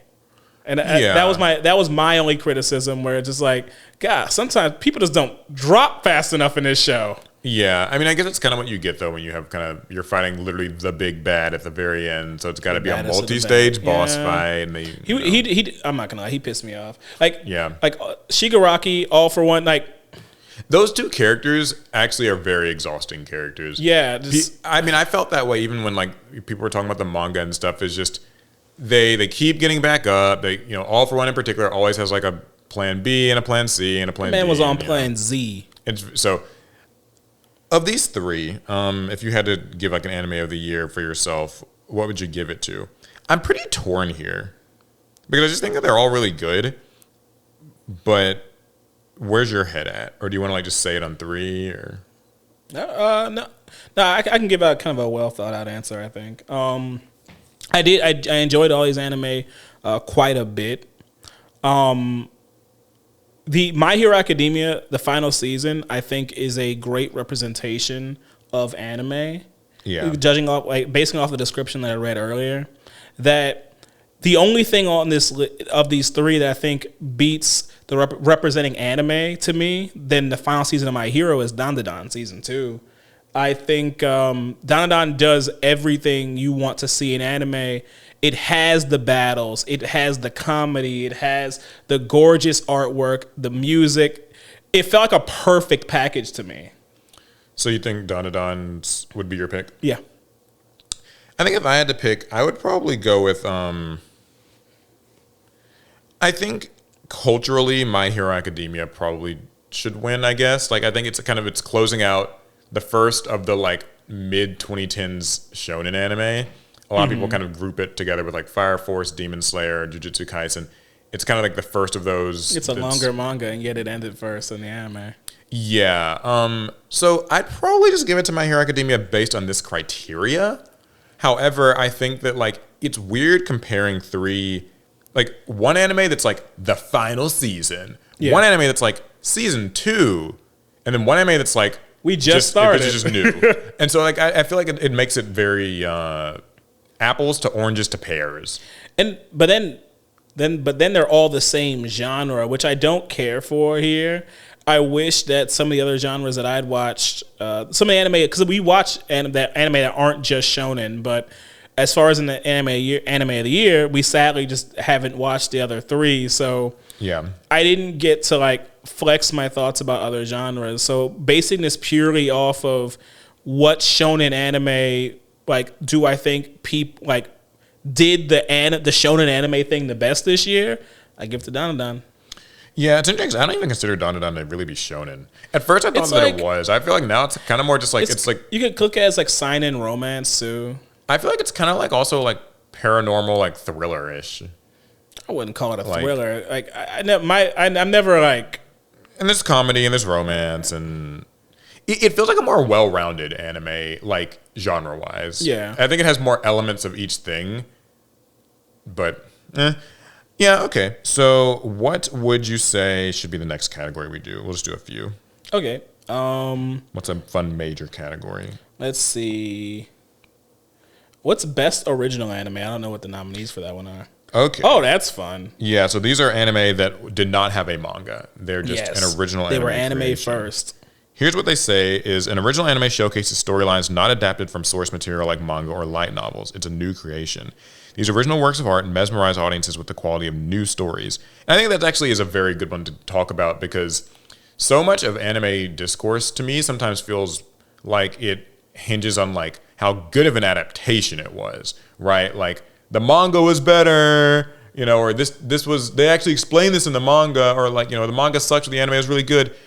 I think it's nice to just see like what could anime be when it's not bound by source material. It is weird to talk about anime in a general setting because like if I'm talking about Naruto and someone and I we're both like trading our thoughts and opinions about Naruto, are we talking about the anime or the manga? Because it complicates things. It makes a difference, and you have to draw weird lines. But in this category, you don't have to worry about that. Yeah. So what are our nominees? First up is Apocalypse Hotel, which sadly I did not watch. I don't think you did either. Yeah, I didn't. But luckily, that's the only one on this list I didn't watch. Then next up is Digimon Beat Break. Then Lazarus, Mobile Suit Gundam G-Quux, Moonrise, and Zenshu. Okay, Moonrise is the only other one that I have not watched of this list. But yeah, I've watched Beat Break, Lazarus, G-Quux, and Zenshu, and liked all of them. So, how do we feel about each of the ones that we've watched? Okay. So sadly, we'll have to skip Apocalypse Hotel. But Digimon Beat Break, I feel like it should win an award just for being the best Digimon has had the show for quite a while. Yeah, when I think about Digimon Beat Break, I feel like it's... So, you know, I'm not as much of a Digimon fan as you, but I have watched the last few Digimon anime. Yes, I watched Ghost Game, I watched Adventure 2020, like with the remake, and I found them to varying degrees kind of like middling. Digimon Adventure didn't feel like it had as much like charm and character as I wanted, and I think Ghost Game was just too episodic for me. Beat Break, in my opinion, corrects on both of those fronts. I agree. I think that it's a good ongoing story. It feels nice and unpredictable. It's nice to like not know what's going to happen next week. And even when I'm watching with like you and Alex, like you guys are Digimon fans, but even you don't know what's like going to happen next week because it's not like a manga. It's new characters, new Digimon, a new story, and you know, as far as being a Digimon anime, it should win every award. Now, as far as being just a general like anime, I like that Beat Break is something I can recommend to people. That's what I was going to say too. I think that Beat Break is novel because it doesn't actually feel like your typical monster collector Saturday morning anime where like you don't need to know anything. Yeah, you don't have to like. There's not much that you need to know going in, and it works as like an emotional story and the characters and stuff. It's not just like Saturday morning cartoon material. It feels like it's just a good anime, not just like a good Digimon anime. Just good anime too. So you know, I don't know if I rank it above the other anime on this list, but once again, because Digimon's been such a bad place the last couple decades, I feel like it should win something. Yeah. Okay. So next is Lazarus. This one's actually by Mappa. I remember we watched this. I think it was kind of earlier last year when it first debuted. Lazarus was an interesting one too. I think that its premise was very cool. I remember the premise basically being that like everybody had taken this drug that this scientist had come up with. Yep. And suddenly it comes out that anybody who took this drug is going to all just kind of drop dead on a given date, like in the future. And now we've put together this gang of misfits who are mostly kind of criminals with complicated pasts into a group, and their objective is to find this scientist and find the cure to this drug. And, you know, they encounter some different difficulties along the way, and they kind of grow closer as a group. You find out about their dark pasts. This was an interesting one. How did you feel about Lazarus? So I went into Lazarus with extremely high expectations. I think a lot of people did. You know, this is a Shinichiro Watanabe joint, so we're expecting high quality animation, fire soundtrack, deep and complex characters, a certain vibe. You gotta have the vibe, and then good action sequences. And Lazarus delivers like pretty well across that board, but I do think the story that they told fell a little flat for me. Yeah, when I was watching Lazarus, I pretty much felt like it ticked most of the boxes for me. It also had a pretty unique vibe. Like it felt kind of weirdly like nostalgic but also like mixed with a bit of like melancholy, and a lot of the soundtrack did a lot of that. Yeah, the soundtrack did a lot of lifting for that. I just felt like the characters they felt pretty real. Like the characters felt pretty real. I bought into the dynamic. It felt cozy and yet like a little bit uncomfortable. You could kind of feel the dystopian elements. So I really liked the vibe that I felt while I was watching. I feel that what probably didn't go so well for me though was just that like I don't think they were able to quite stick the landing. Like the landing felt underwhelming. I'm not going to talk exactly about what the ending is, but like in general, my issue with Lazarus was I feel like it should have been a longer anime. Right. I felt like we got through the character stories for like your different main characters, but I felt like there's way more to them that could have been like drudged up. And then given the stakes of their overall goal of finding this doctor, of finding this cure thing, I felt like there could have been a lot of events in between the start and the end of Lazarus that would have helped flesh out our characters and told the story was deep. It just I don't think I got to spend enough time with that world and those characters. I think it needed 24 episodes instead of 12. If that could have been possible, I feel like there was a lot left on the cutting room floor. There were certain like little mini arcs or concepts that get introduced like sort of in the second half and then just don't amount to much. So it turns into like one step or a half step towards reaching their goal. Yeah. And then they make huge leaps in like the second half of it to reach their goal. Yeah. So all in all, an anime that I liked in general, but I don't know that I would like vote for it as like the winner of best original anime. Now, Mobile Suit Gundam G-Quax is one I want to hear a lot of your thoughts on because you know you're a Gundam fan and I love me some Gundam. You know, I've become something of a Gundam fan. I've watched the last couple of mainline Gundam anime. Mm-hmm. That's to say, IBO or Iron Blooded Orphans, Witch from Mercury. I've watched like the Hathaway Noah movie, I've now seen some of the older stuff too, but you're far more immersed in that world, and so like you would have had different expectations and stuff. So what are your G-Quux, like kind of like Lazarus, I think me and many other people, we came into extremely high expectations because it was a fresh look at Gundam. It was a completely different art style than I think anybody was expecting. Right. It felt more like Evangelion, more so than Mobile Suit Gundam. The setting, the cast was really interesting because the main character and your main trio were like these like young kind of teenagers, which isn't too weird. But then you find out it's set within the 1 year war, which is the same or in the same time as the 1 year war, which is where the original Mobile Suit Gundam takes place. But then they kind of pulled the Uno reverse, where instead of Amuro getting into the Gundam and then the war being won by the Earth Federation, Char gets into the Gundam and then the war is won by Zeon. And now we're seeing what that world is like. And like G-Quux tells a pretty like tight and concise story. But I don't think that's what any of us wanted out of it. Like when you reverse the world of Mobile Suit Gundam, we really want to see that world now. Yeah, an alternate retelling of something it feels a bit strange for it to only kind of have this just a tight little 12 episode thing. Because the original Mobile Suit Gundam is a significantly longer work. We see a lot of the original world at the time, but then with G-Quux being only 12 episodes, they hit us with some Easter eggs. They try to get us to understand the state of their world, but we don't get to have fun with it. They just kind of they go from plot point to plot point to plot point. And as much as I enjoyed Amate Yuzuriha, the main character, and Shuji Ito, and what was Nyan's last name? But I don't think Nyan even had a last name. I liked the characters. I didn't care as much about them as I did about the world that they were in, and I just don't think we got that. Yeah, the art style did stick out to me. It just felt a little un-Gundam, not in a bad way, but just different than what you expect from a Gundam show. It was the second straight Gundam anime that had a female protagonist.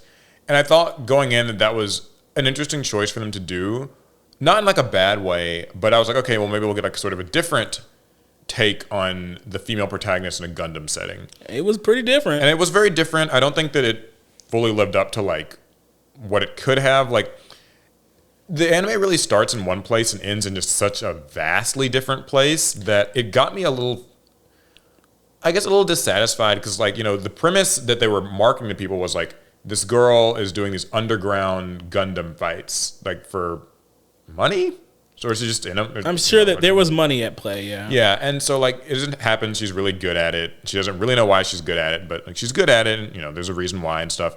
But pretty quickly, it just turns into something very different. And I don't have a problem with a pivot in the story. That happens, I think, in a lot of the Gundam shows. It's more like in 12 episodes, it really got me... It sold me one thing that I got like pretty invested in finding out how this is going to go wrong or what's going to change or what's going to tell me about its world. And then suddenly, like, these two girls are just like out in somewhere else kind of fighting a battle for people that aren't even really them. It just... Oh, they were fighting for their entire universe. Yeah, but like, it didn't feel like it was very personal to them. Like, I felt like they'd gotten pulled into other people's conflict a bit. In mainline Gundam titles, it tends to stop being personal at some point. They usually start personal. They're usually naive and they're learning the ways of the real world. But by the end of it, all of humanity is on their back and they are fighting against a world-ending threat, or they are going to like reset the way the world works.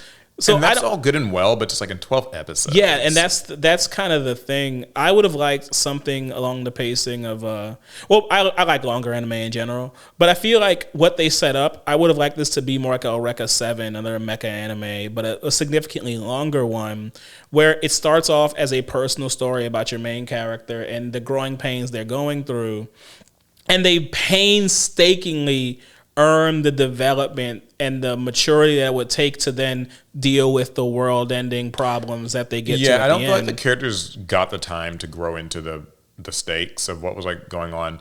So for me, I liked G-Quux. I just really think that it needed 2 cores. Like a 24 episode G-Quux would have maybe like made it win this award for me. But I think that as it is, I'm inclined to say it's quite good, but a little bit. I need to see more mobile suits. I see more. I need more robots. Okay, tell me a bit about Moonrise. I have not seen this. So okay, so Moonrise, I don't know how it was advertised. I stumbled onto Moonrise because it kind of it felt like Star Wars but anime. So it also felt like Gundam. So basically, you have the Earth and you have the Moon, and people live on both. The people of the Moon they play second fiddle to the Earth. They're basically a colony where they work, they create resources that get sent to Earth, and they get almost nothing in return. Well, at some point, the Moon people, you might call them, they get fed up with it, and they revolt, and they cause a large scale terrorist attack. The main character, Jack, he and his family, they're very rich Earthlings, and they're actually at ground zero for the terrorist attack. And then somehow he ends up. First off, he somehow survives because it's a very well animated tragedy. Once again, Moonrise is beautiful, just to be clear. But he ends up being blamed for the whole thing because they found I think it was not his genetic signature. No, I think it was they have this weird code hacking situation. But there was evidence that he caused the terrorist attack when, as the viewer, you know for sure he didn't do it. And now he gets put on this kind of suicide squad, which it was weird because he gets put on a suicide squad to then go and fight the Moon people. And it's the suicide squad is made up of basically all of his friends. And they're like, so wait, was everybody expertly military trained? How did this? It was a strange setup, but it was actually really enjoyable. You have these like space opera themes mixed with very slick animation. It's hard for me to really quantify what all I liked about Moonrise. It was just good. Okay. Yeah, well, I'll take your word for it. And then the last one is Zenshu, which was an anime that we also both watched. It was about a girl she's an artist, an animator, and also I guess she both writes and animates stories. Yeah. And one day at work, she seemingly eats some bad food, and she ends up in this kind of world that is the same world of a show that she admired as a kid, or a movie that she admired as a kid. She's basically isekai'd there, and her power is that she's able to draw and bring her creations to life, and it goes from there. She kind of finds friends and romance, and kind of brings back together this group of characters who were a team at one point, but have kind of since separated. I thought that Jinshu was cool. It was a little bit neat to me because it was a different, it's just I always like an anime that kind of is about the creation of anime, like an anime about drawing and the creative process. And so that was something I liked about it. To me, it felt like it was really about I forget the name of the main character. It felt like it was about her as in her struggles with as a person and being an animator. She wanted to take on all the troubles herself. She wanted to do all the work herself. She didn't trust other people to help her. And she has to work through these very real problems to just survive in the isekai world that she was in now. Yeah. I like Zenshu. I don't know which of these anime I would pick as my best original anime of this year. Oh, we should mention that Zenshu, probably of all of these, was the most beautiful. Yeah, I liked the sort of sequences she got whenever she would draw the stuff. It was really dope. So who are we picking if we had to?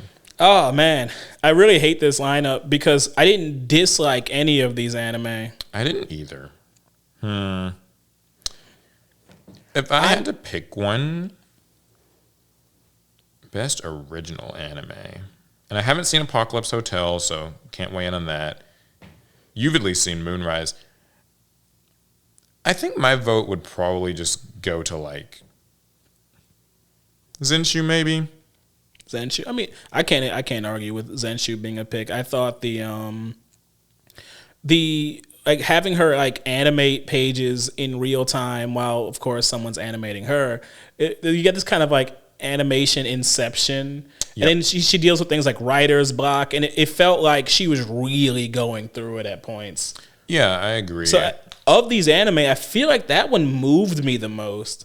Because I wouldn't call any of these the rest of them very emotional. Moonrise tries, but I don't think it really hits that hard. I think the best I can say about Lazarus and G-Quux is just that I wanted more of what they had to offer, but not that they're bad anime by any means. Beat Break's tough for me because it's actually just, it's ongoing. So it's hard for me to really like, because I don't even distinctly remember what the first core of it exactly even was. Like I don't know where the break was. So let's try Best continuing series? Best continuing series. What's that in? Let's see. We've watched a lot of anime. I'm sure like we've seen almost all of these. Okay, cool. Yeah. All right, so best continuing series. Sustaining excellence is a remarkable achievement, and this category honors the series that keep audiences coming back for more. These shows captivate viewers with rich storylines, dynamic characters, and stunning visuals, skillfully evolving their narratives while remaining true to fan favorites. Their ability to consistently deliver quality storytelling makes them standout contenders in the ever-changing world of anime. All right, so our nominees are Dawn to Dawn Season 2, Kaiju Number 8, My Hero Academia's final season, One Piece, Solo Leveling Season 2, Arise from the Shadow, Spy Family Season 3. We've already talked about Dawn to Dawn and My Hero, so I figure we can kind of skate over them for the most part. The only one here that we don't actively watch is One Piece. Yeah. So let's talk a little bit about Kaiju Number 8, specifically its second season, since that's what's, I guess, that's what we really be talking about here. So Kaiju Number 8, there was a lot of interest in Kaiju Number 8 when it was announced. Season 1 came out, and I think a lot of interest kind of just died down to a murmur. Oh, you think so? I feel like people liked Kaiju Number 8 season 1. But they weren't hyped anymore. Right, okay. They were just, they got what they came for, and while I was happy that season 2 came out, it kind of just, for me, it did more of the same. I don't think Kaiju Number 8 reached any new heights in season 2. Yeah, it's interesting you say that. I mean, I liked both seasons of Kaiju Number 8. I think that the first season was obviously exciting because you're kind of getting to learn his powers and, sort of learn about the characters. So I always feel like the first season of an anime is generally where it feels the coziest and the most fun and the most like bright-eyed. Season 2 was, I thought it was pretty good too. It was basically kind of the characters getting upgrades. Everybody kind of got a new suit, a new set of powers. There was like one really major pivotal, I think, fight in it where like Kikuru's dad dies or whatever. And I thought that was a very good episode. Shinomiya. But I think that it's also probably like the highlight of the season for me because the season ends in a strange... You couldn't wait for the old man to die, huh? Well, no, it's just like I thought that it was a, kind of those typical like, the mentor figure, the strong character has to die so that everybody else is... Passing of the torch. Yeah, you get to pass the torch. Everybody kind of has to witness that and his body gets taken over. So it's extra grotesque and tragic. What I found weird about it was just that like the action was kind of picking up towards the end and then it like ends. Like that season 2 only got like 11 episodes instead of 12 or 13, like most, shonen anime would expect to get in like a second core. So that was a little bit weird. And it sort of ends right before what looks like one of these big fights for Kafka.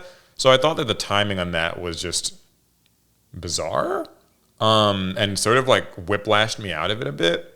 But other than that, I mean, I liked what I saw on screen. I thought that they were good.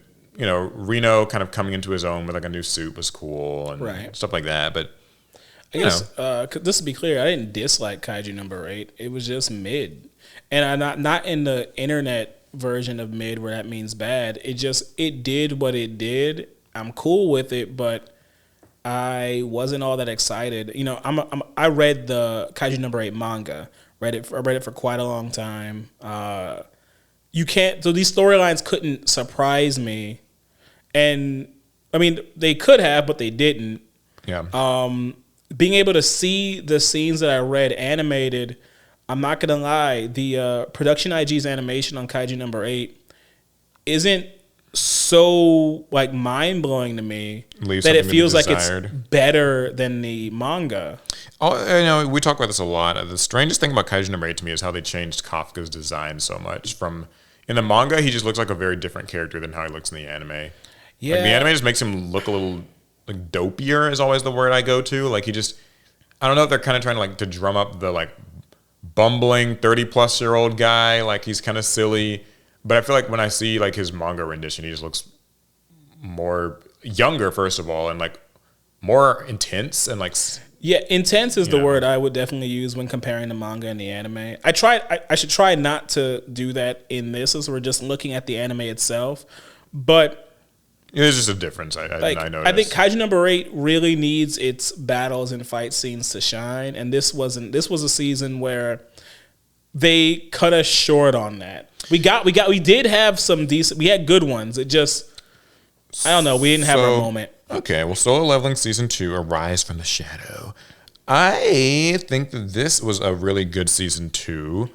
As far as fights go, it was crazy. Solo Leveling it's always a tough one to talk about because I know like it caused a lot of, it's controversial. Like some people say that it's like, you know, it's peak anime and whatever. It's peak leveling. Other people kind of feel like it's like all style, no substance. It's kind of like junk food anime. Like there's no story here, there's no characters here, but like the fights look great and they, you know, they're animated well, and he's aura farming the whole time.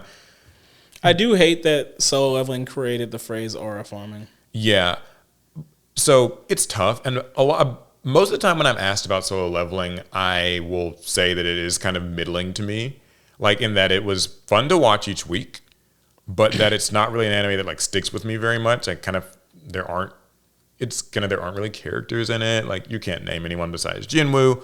However, that's because my Korean's rusty. All right. However, I will give Solo Leveling this, and I've thought about this a little bit more in the months since I first watched it. While I don't think that it is like, you know, this marvel of storytelling or anything groundbreaking in that department, I was really enjoying watching it each week. Me too. It really was. Like, I did look forward to it. And the way that they would always, you know, like cut to that outro, it's very goosebumpsy. Like they would always pick the best times to like, you know, cut the action short, and then you see like the little outro start, and it's like the song. Who's the artist that did that outro song? Oh my God! Don't put me on the spot. TK, what isn't it? Yeah, TK from I don't remember the name of his band, but yeah, TK. That's like my favorite go-to person for like anime. Yeah, they're the Tokyo Ghoul OP and so like one of the OPs for My Hero. Psychopaths, yeah. Academia. Oh my God. Like, because low-key, like that's the thing is Solo Leveling was one of the most fun anime to watch that I've watched. Oh yeah, it was definitely exciting. I think that's what I felt watching Solo Leveling is what I miss. What I was hoping I would get from Kaiju number 8, which is why I seem so kind of put out about the other one. Yeah, about number 8. Yeah, because like I will say that one episode, like right kind of towards the end, where you know he's gonna have to fight the ant dude. I don't even know his name, and like you know everyone's getting overpowered by him, and like Jinwoo sent his shadows out to kind of watch over the fight and like let him know if he needs to get there. It was a big deal for these people to even get to this island and fight these ants, and like literally the episode ends with him just being like, exchange, boom, outro. Crazy. And you know like the next episode is gonna hit because he's just using the thing where he's just gonna teleport there immediately. Now we just sound like Glazers. But that's the thing, like and that's the thing. I think at first I got so upset with people glazing it, maybe, and that colored my like of the anime. But the truth is, like, it's very fun to watch. Yeah. If it is junk food, I would say it's simple. Yeah. If it is junk food, it is tasty junk food. Yeah, it's like Taco Bell after a night of drinking. It hits. Yeah, that's right. And the last one is Spy Family Season 3. And, yeah. I mean, if you don't know what Spy Family is, a spy and an assassin create a fake marriage, and then they adopt a telepathic daughter, and they have hijinks as they try to end war forever. Yeah. It's kind of a gag anime, but I've always said that I think Spy Family is one of the most recommendable anime for like new people and veterans. It's well animated. It kind of has a little bit of everything. There's some comedy. I love Spy Family. There's some romance and just kind of a little mystery, some suspense. surprisingly action scenes can be done really well out of nowhere. Especially in these last 2 seasons, they always have one big conflict that, like, gags aside, like, it raises the stakes a little bit. People's lives are in danger. You're gonna see the abilities of a telepath, the abilities of an assassin, the abilities of a spy, all put to work during these moments. And this season didn't disappoint in that. It did not. What was neat about this season too is that it kind of had like 2 of those. Like with each passing season, the Spy Family story does get ever so slightly a little bit heavier, because this time we got like Lloyd's backstory, which is kind of its own arc, like a flashback arc, and then also when Anya gets the kidnapping thing, and so I felt that it was like and then even after that, there's the arc where like they have to infiltrate, like people are dressed up as other people. I don't remember what the core. The cruise ship, right? No, the cruise ship was season 2. It's the one where like what is her name? You talking about what's her name? What's the wife's name? Oh, Yor's brother and like their Yuri. Group, Yuri. They're having to like their group is trying to like find out something, and then also like Lloyd's group is trying to find out something, and it's all kind of coming to a head. You get it has these cool kind of spy. And Lloyd dresses up as Yuri, and it's They have these kind of spy versus spy moments because Lloyd, the patriarch, he is in enemy territory, and then Yor's brother is a spy for the enemy, and Lloyd's trying to complete his missions. Yuri's trying to catch him. It will be easy for Lloyd to kind of fight Yuri, maybe even kill him, but that's Yor's brother. Can't do that. Yeah, there's like a fun comedic undertone to it. I like this most recent season. If I had to give an award to one of these anime, because it's also keeping in mind Don and My Hero, best continuing series. All right, I'm going to mark out My Hero because it's not continuing anymore. Okay, so for me, that means it's not eligible. Okay, that's not how these awards work, but okay. It's not eligible. It's not eligible, okay? I'm trying to make this easier on myself, because if I get the choice, I'm just going to pick My Hero for all I don't know how you can pick My Hero over these over some of these, but okay. Well, what would you say? So right now I'm wrestling with a 3-way tie that I can kind of reduce to 2.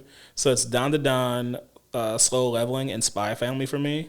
Okay, are the top 3, and then I can kind of set Solo Leveling aside, even though I did enjoy every single episode I watched of the last season. I don't want to give ground on Spy Family to Don. Just to be clear, I enjoyed watching every episode of those 2 anime this past year. This one is so hard. This one's so hard. I think, gun to my head, best continuing series based off of sustaining excellence and continues the series that keep on just coming back for more, I'd probably give it to Don. I think it fulfills the criteria well. It continues all the quirkiness and the charm of the first part. And I don't think that Kaiju number 8 quite meets that expectation. I think you could argue My Hero does, but I just feel like it's like, it's a conclusion, so it doesn't feel like right to sometimes compare it an anime way. Only needs to do what its previous seasons have done, and then sometimes anime has to raise the bar to make up for shortcomings in previous seasons. What's interesting is I think that like if I was to just be challenged to go by just that, would it be weird if I said that I think that Solo Leveling would deserve that? Because I think Solo Leveling Part 1 was not as interesting. I think Part 1 kind of gets carried by season 2 now. Yeah, that's what I would say. Like, I think that like Solo Leveling season 1, I would give like a 7.5 maybe. But I think Solo Leveling season 2, I'd give like an 8.5. But like, even though those seem like close scores, really they're pretty far apart for me. Like, it's weird. Yeah, but I don't think making a better season than your last season actually makes you a better continuing series. Yeah, because that's not, yeah. Because sometimes your last season was just so fire. Like Don, season 1 was fire. Season 2 was just fire too. It's hard to be a lot better than what was already incredibly good. And I feel the same way with Spy Family. Spy Family to me hasn't dipped even slightly. Yeah, that's why I don't really know who I'd actually pick for this. I'm going to say Spy Family because I don't think a lot of other people are going to say it. That's true. Like, it was literally like my second pick. I was basically down to Spy Family and Don for this. Same. I think that's what it is for me. Okay, let's do best main character. I think that'd be a fun one to end on. So best main character says whether hero, anti-hero, or villain, a main character is the face of their series. But it's not just their personalities or characteristics that make them beloved. It's their well-developed stories and the journeys they take us on that make them worthy. Okay, so we've got Izuku Midoriya, Mao Mao from Apothecary Diaries. That's the one in this list that I would not have seen. I just realized I watched the first 5 or 6 episodes of Apothecary Diaries. Now I think about it. Momo from Dandadan, Okaroon from Dandadan, Rudo from Gachiakuta, and Sung Jinwoo from Solo Leveling. So, best main character. What an interesting. It feels kind of rude to put any of these characters up next to Izuku Midoriya, who's had mad seasons of character development. Yeah. Truthfully, I don't think this is going to be a close one. I feel like he's just going to end up winning because, he has completed his arc now. It is very hard, I think, if you're just... That's if you're voting honestly. Yeah, I think if you're... Yeah, that's true. Most people will just, vote for, I like this character more or whatever. But I do think, with Izuku Midoriya, he's completed his arc now. So what that means, he almost has an unfair advantage over some of these characters who, a lot of them are still cooking, essentially. They're still, they're still in the oven. So I'm going to say that outside of Midoriya, who I would just vote for, I think it's tough between Momo and Okaroon. You know what I mean? It's a tough one because they're both included on this poll. So you don't just get to be I like Dandadan, so I'm just going to pick whoever was from Dandadan because there's 2. So, or do you have even a different... So when I'm looking at characters that haven't been around for very long, it's Momo, Okaroon, Rudo, Jinwoo, and Sat. And as much as the little bit of Apothecary Diaries that I watched, I did like Mao Mao. I have not watched enough to really comment on it. But you know what I just realized? I've watched a little bit of Apothecary Diaries too. My sister watches it, and I've seen a few episodes from. We are both. So we both have a smidgen of Anyway, but these 4 characters, they just haven't been on screen for very long. Yeah, they haven't. And so I feel like I end up it kind of becomes a popularity contest with me. Okay. Who's most popular? I'm stuck between Okaroon, Momo, and Rudo. I can kind of sit Jinwoo to the side because as much as I like Solo Leveling, I don't like Jinwoo. He's just kind of boring. I understand his motivations. He's a good guy. He's cool. He aura farms. Yeah, but he's boring. You can't call Momo, Okaroon, or Rudo boring. I think that my gut would probably just be I think Okaroon. So far what we've seen of him is that he's really changing as a person. He starts off as such a he has been growing. Yeah, he's a sort of a dopey, nerdy guy. He's into his stuff, but he's so shy. He doesn't think anyone would like him, especially not Momo. And through the series, you see him not only meet other people who kind of indulge his interests and are nice to him and change him, and he changes them and stuff, but also he has to just sort of rise to the challenge that. Oftentimes, someone's threatening Momo, he needs to rise to the challenge. Something needs to be solved, and he's not maybe the best person equipped to do it, but he puts himself into the fray anyway. So I feel compared to where he kind of began, I'm taking this, I guess, from more of a growth perspective. I think that he is probably I don't disagree with anything you said, but I do want to draw attention to Rudo because. He was a character. He's kind of got the kind of garbage edginess factor that appeals to me. Mm-hmm. Rudo, he came from nothing. He was living in the world of opulence and dropped into the world of trash. And through his backstory, you realize that even when he was on the top, he was the very worst of the worst. He was looked at as trash. He was discarded because they said he killed his own father, which he didn't. And Rudo's been struggling with how poorly he was treated and he's as a very child, traumatized. and he's very traumatized. As step by step, he's learning how to communicate with people who aren't predisposed to hating him. He's learning to trust people. He's been growing a lot. Just this You're one so season. right. That's true, and I feel like I didn't give Ruto enough credit because I think I sometimes found him to be like just a very non-participatory protagonist. Like stuff was like happening around him and people were like, oh, we're going to try to capture him and take him away. But like he didn't seem to have much of an opinion on what was going on around him, or like people would be talking and he just wouldn't really like say anything. But you are right from that. Yeah, that's true. Okay. I love Okaroon. I'm giving it to Ruto. Okay. And by the way, I like Momo too. The only thing with her is that I feel like so far she hasn't changed a bunch. And I guess I'm like a sucker for character growth. I don't think she hasn't changed at all. But I think that she hasn't like she was pretty nice and supportive and stuff of him at the start of like him being like Okaroon and all of the people around her. She's just a pretty like reasonable person, a little quirky, and even where they are kind of in the anime now, I feel like she's still just a likable person. But my opinion of her hasn't like increased throughout the anime. It's good to start and it's fine. Yeah, it's like she was a 9 before, she's a 9 now. It's like. Yeah, if the max is 10, I mean, it's hard to get much better. I think I will say that Jinwoo is a likable character if you are into your power fantasy shows.